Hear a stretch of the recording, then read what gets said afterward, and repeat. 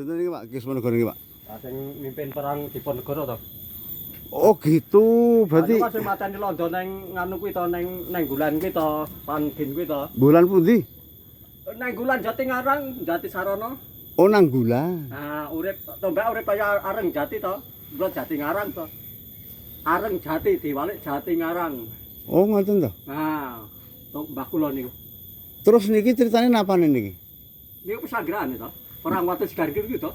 Pundi? Niku wonten gendera. Watu Sigar jeneng Watu metu ngendi? Rika nika nggih. Ah, wonten Watu Sigar nggih. Nggih. Ah niku lek perang teng mriki, niki lek ngatur golek perang ngono. Oh gitu. Dadi karep janean bantu Slarong. Nggih. Ning teng mriku dipethuki karo Londo perang sisan ning kono. Oh ning lek ngatur strategi niki. Nggih. Markase niki niki. Anu kan wis ngono to.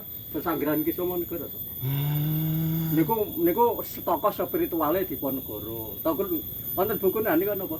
Oh bukan ya? Aku lho duwe kok bukune. Niki nek kalian jenengan mbah napa Pak? Niku mbah kula to. Maksudnya mbah buyut napa canggang? Niku pun turun ping 7. Oh. Dadi kula wis gantuk lawang. Dadi A B C D E kula pun E. A B C D E mun E.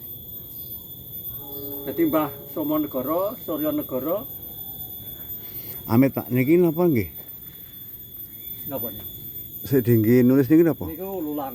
Nah, lulang napa Pak? Lulang wedhus Jawa. Kula curiga. Oh, sik damel jenengan piye Pak? Nggih niku kan bekas kula nggo kurban. Oh ngoten. Dadi kurban wedhus kulite tak nggoge niku. Nek berarti riki niku petilasan niki waktu Nggih. waktu zamane simbah Nggih, niku. kita buka teng YouTube perang Watu Sigar ana. Wonten. Truk Somonegoro wonten. Wah, mungkin kula tani niku. Niku.